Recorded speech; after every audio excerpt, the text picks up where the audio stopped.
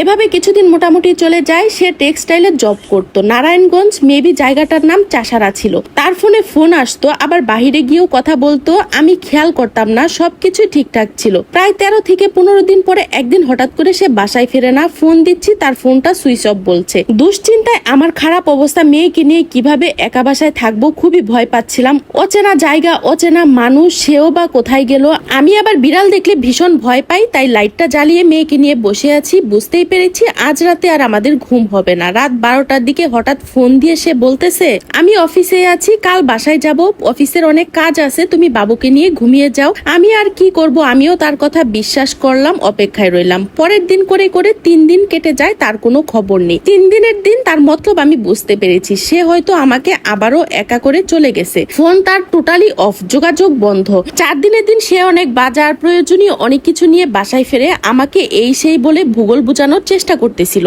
আমার কাছে আপনি কোনো কিছু না লুকিয়ে আপনার সত্যটাই বলেন, দেখবেন আপনারও ভালো লাগবে আর আমারও ভালো লাগবে সত্যটা শুনে। ওনার একই কথা, কিছু লুকাচ্ছে না, সব ঠিক আছে, সে ভুল করেছিল, এখন সব সঠিক পথে আছে। আমি কোনো কিছুই বিশ্বাস করিনি। আমি একটু জুড়েই বলে উঠলাম, এই মিথ্যাবাদীর সাথে আর থাকবো না, আমি চলে যাব আজকে। সে উঠেই মেয়ের মাথা হাত দিয়ে বলতেছে, আমি কোনো মিথ্যা কথা বলিনি, এই মেয়েকে ছুঁয়ে বললাম। আমি চিৎকার করে আমার মেয়েকে ছাড়িয়ে নিয়ে, আমি জানি সে মিথ্যে বলতেছে, শুধু শুধু আমার মেয়েকে ছুঁয়ে কসম কাটলো। যাক, সেদিনের মতো সবকিছু ঠিকঠাক করে নেই। বাড়ি যখন ছেড়ে এসেছি তখন তার কিছু অন্যায় মেনে নিতেই হবে। পরের দিন সে অফিসে যাওয়ার পর আমি আমার পুরনো সিমটা ঢুকিয়ে মায়ের নাম্বারে কল দিই। মা রিসিভ করেই ফোনটা অনেক কান্নাকাটি করে আর বারবার বলে, তোরা ঠিক মতো বেঁচে আসিস তো? আর আমি মার কাছে বারবার অনেক ক্ষমা চাই, মাফ করে দিতে বলি। মাকে বুঝিয়ে বলি, মা আমি আমার মেয়েকে বাবার পরিচয় ছাড়া বড় করতে চাই না, ইত্যাদি ইত্যাদি। মা বলে, যাই বলিস, তোর আবার ফিরে আসতে হবে, তার জন্য রেডি থাকিস। আমার ভাবির বাড়ির এলাকার লোকদের কাছ থেকে খবর নিয়েছে সে ঢাকাতেই আমার বরের সাথে আছে। মা অনেক কথা বলে। আমি আসার পর ছোট ভাই, বড় ভাই নাকি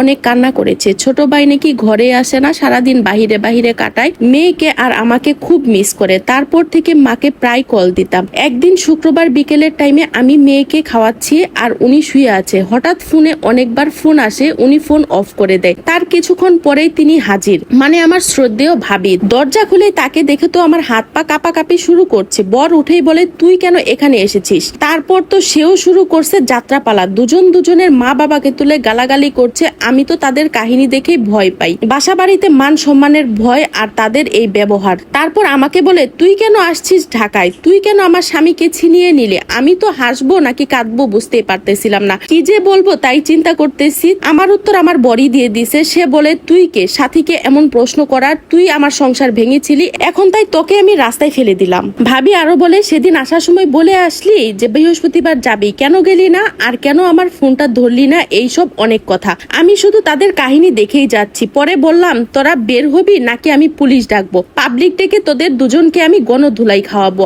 আমার মেয়েও এইসব দেখে চিৎকার শুরু করছে। তারপর ওই মহিলা বের হয়ে যায় আর আমি আমার ফোনটা বের করে বাড়িতে কল দিতে যাই। অমনি উনি আমার ফোনটা নিয়ে যায়, আমাকে বুঝাতে যায়।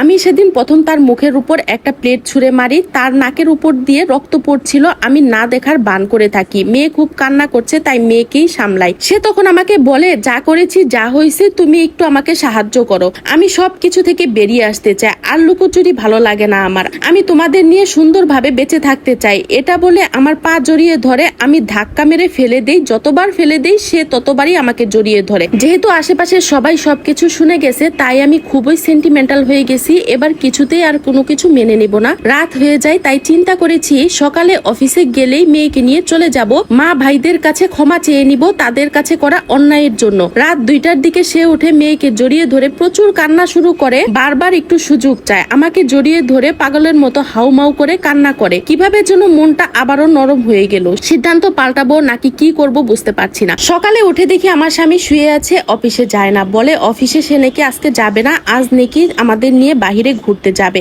আমি তখনও তার সাথে কথা বলি না। সকালে বাহির থেকে পরোটা ডাল ভাজি নিয়ে আসছে, রান্না করতে নিষেধ করে। আমি কিচ্ছু খাই না, জোর করে আমার মুখে খাবার ঢুকিয়ে দেয়। নানা রকম ভাবে আমাকে হাসানোর চেষ্টা করে। আমি কোনোভাবেই তার সাথে কথা বলি না, হাসিও না। তারপর জোর করে বাহিরে যাওয়ার জন্য জোর করে রেডি করে আমায়। চিন্তা করলাম বাড়িতে যখন যেতেই পারলাম না, তখন বাহিরে যাই। হাজার মানুষের ভিড়ে তার মুখটা কম দেখলেও একটু ভালো লাগবে। বাহিরে গেলাম, অনেক দূরে দূরে ঘুরলাম, মনটা একটু হালকা হলো। দুপুরে একটা রেস্টুরেন্টে নিয়ে গিয়ে বিরিয়ানি খাওয়ালো। মোটামুটি সারাদিন বাহিরে থেকে একটু ফ্রেশ লাগলো। তার সাথেও হালকা পাতলা কথা বললাম। রাতে বাসায় আসলাম, রান্না বান্না করলাম, সেও সাথে সাথে অনেক হেল্প করলো। রাতে আবারও সে ক্ষমা চায়, পা ধরে এই সেই করে আমিও আরেকটা সুযোগ দিলাম এবং বললাম যা করেছেন সবকিছু বাদ দেন, এটাই কিন্তু লাস্ট সুযোগ। সেও খুশি, আর নাকি কখনো কোনো ভুল করবে না। বললাম এখানে আর থাকবো না, অন্য বাসায় শিফট হতে। যেহেতু ওই মহিলা বাসা চিনেছেন আর এখানকার সবাই সবটা জেনে গেছে, তাই খুব আনইজি লাগছিল।